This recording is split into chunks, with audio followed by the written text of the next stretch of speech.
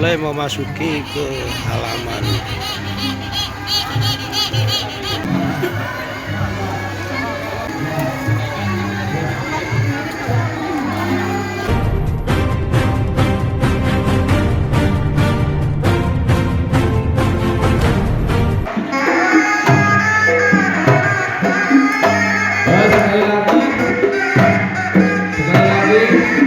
Yang dari Padalarang, Amplas, Saguling, Batu Jajar yang belum daftar segera daftar ke sini.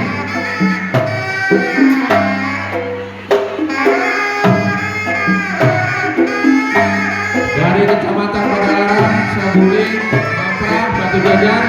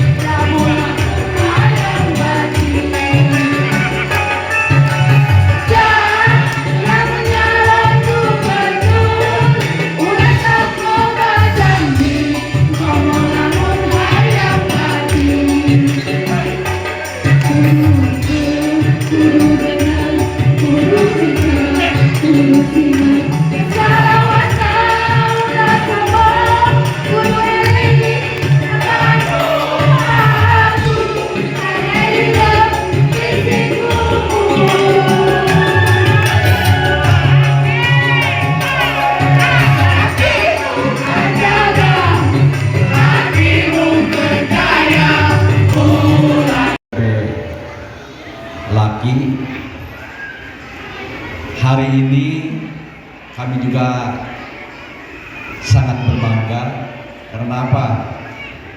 Kekompakan di Laskar Merah Laskar di Bandung Barat, saking sedihnya saya, saking terharunya saya sampai hampir blank.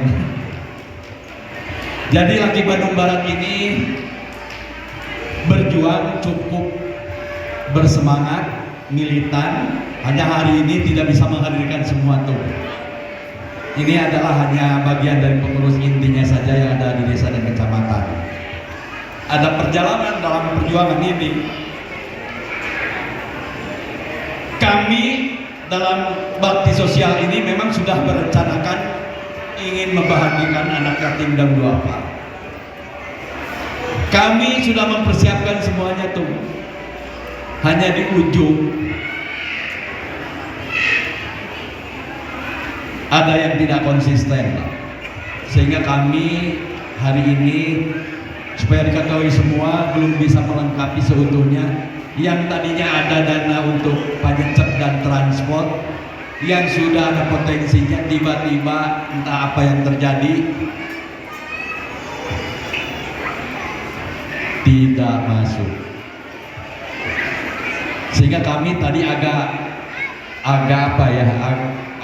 galau lah. Tapi kami optimis karena yang di Hitan ini semua ada di grup.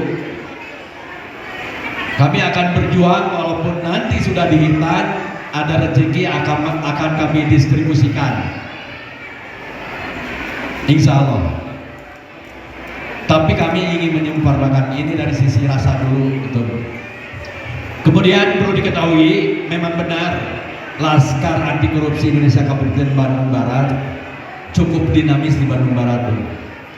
Dari mulai berdirinya, waktu itu ketum hadir, waktu pengukuhan lengkap dan penuh di gedung yang sekarang ketum alhamdulillah bisa tidur lagi di sana 1 tahun yang lalu. Dan waktu itu kami cukup dekat PJ dengan PJ yang awal, Pak Aslan Latif. Bahkan sempat kami kasih baju jaket juga waktu itu. Tapi dengan perjalanan, karena kami konsisten dengan pergerakan pemberantasan tindak pidana korupsi, akhirnya kami menemukan sesuatu yang memang diduga ada yang dilakukan oleh beliau dalam konteks pelanggaran, dugaan pelanggaran tindak pidana korupsi.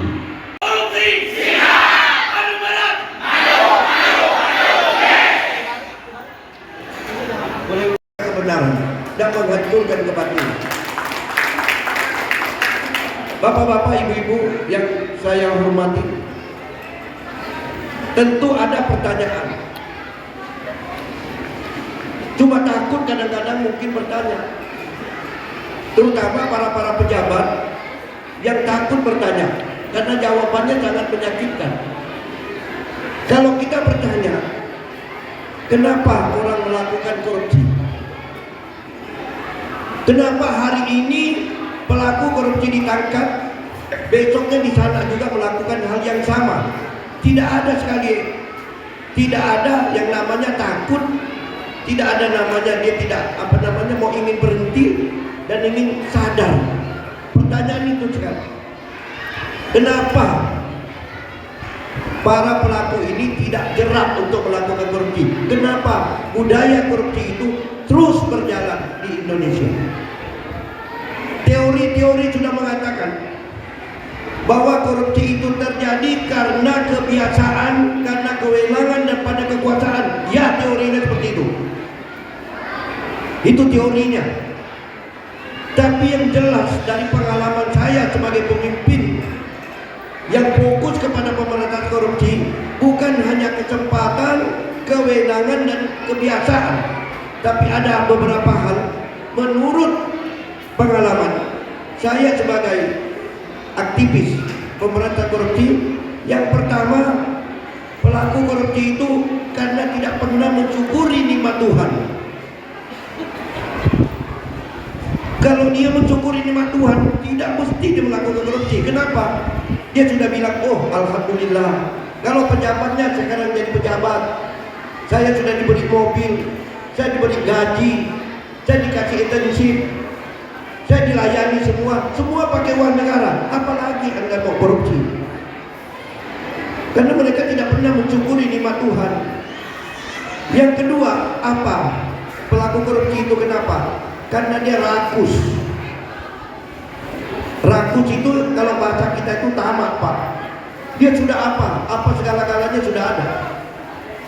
Dia sudah difasilitasi oleh negara, gajinya, intensif dan sebagainya. Tapi karena kerakusnya, tamaknya, mereka melakukan korupsi karena tidak pernah merasa itu menjadi bagian daripada rezeki.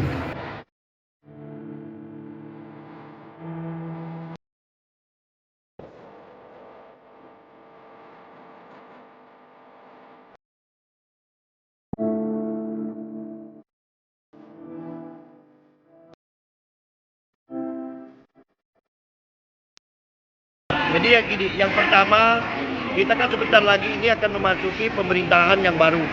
Artinya presiden terpilih ini kan Bapak Prabowo dengan Gibran Rakabuming Raka. Nah tentu kalau kita melihat visi beliau berdua antara presiden dan wakil presiden ini kan akan fokus kepada penegakan hukum dan pemberantasan korupsi. Nah laki yang sudah lahir 17 tahun, yang sudah punya pengalaman, tentu tidak ada jalan yang lain kecuali kita harus mendukung program Bapak Presiden ini yang terpilih nanti. Kita harus dukung, yaitu pemberantasan korupsi dan penegakan hukum. Nah, tentu berkaitan dengan ini kan bagian dari satu rangkaian kegiatan yang mengarah kepada proses penegakan hukum pemberantasan korupsi. Supaya apa? Nah, ini bukan saja kita lihat semata-mata hanya melihat sunatan massal, kita lihat ada suatu peringatan ulang tahun, tapi ini bagian daripada sosialisasi kepada masyarakat supaya bahwa bahaya laten korupsi itu harus kita berantas bersama. Nah, ini bagian daripada untuk mengarah kepada dukungan kepada Bapak Presiden bahwa korupsi itu sangat berbahaya, perlu kita berantas bersama. Kita begini, ini kan kita harus mendukung program pemerintah Bapak Presiden terpilih ini kan menuju Indonesia Emas 2045. Nah, tentu kalau kita bicara soal menuju Indonesia Emas 2045 itu perlu beberapa hal-hal yang berkaitan dengan penegakan hukum pemberantasan korupsi. Nah, salah satunya misalnya kita harus lakukan upaya sosialisasi tentang bahaya laten korupsi. Yang kedua, kita harus ikut membangkitkan semangat rakyat Indonesia agar bebas korupsi itu dengan membuat suatu laporan-laporan pengaduan yang berindikasi terjadi tidak koordinasi kepada penegak hukum. Jadi kita jangan sekarang ragu, jangan pernah takut untuk melakukan hal seperti itu. Jadi itu bukti nyata bahwa program kita dukung itu dengan harus melakukan pengawasan dan monitoring terhadap para kegiatan-kegiatan yang memang ada indikasi terjadi tindak pidana korupsi. Untuk Bandung Barat sendiri gimana Pak? Nah, menurut ini Ketum? Artinya kalau Bandung Barat ini karena kita sudah punya prestasi kemarin dengan Pak Gunawan Arasid karena pernah melakukan penegakan hukum sehingga ada yang diduga terlibat di dalam tindak pidana korupsi. Nah, kita berharap di Bandung ini karena ini sudah punya pengalaman yang pahit, kita sangat berharap Bandung Barat ini nanti ini untuk kedepannya harus hati-hati, terutama hati-hati dengan pengawasan yang dilakukan oleh Laskar Anti Korupsi Indonesia. Ya. Oh, itu biasa. Kalau orang yang hebat itu biasanya banyak juga yang kontra pro. Ya, kalau ada pro dan kontra, itulah membuktikan bahwa organisasi laki itu menjadi organisasi yang paling hebat ke depan. Oke. Ya. Makasih. Ketua. Menurut Ketua. Ketua kan tambahannya baru 1 tahun ya? Betul. Iya. Iya. Pertanyaannya, Pak, sunatan massal ini yang ada terdata ada berapa? 136. Dari berapa? Dari apa? Wilayahnya dari mana saja? KBB. Hampir se-KBB. Ada Gunung Halu, ada Cipongkor, ada Cipende, Cikalong. Yang kayaknya yang paling besar yang dekat itu Ampra, Padalarang, Cigejar, Ciamplas. Dokter yang hadir Pak Ketua dari mana? Nambah malah. Oh, daftar yang hadir. Dokter.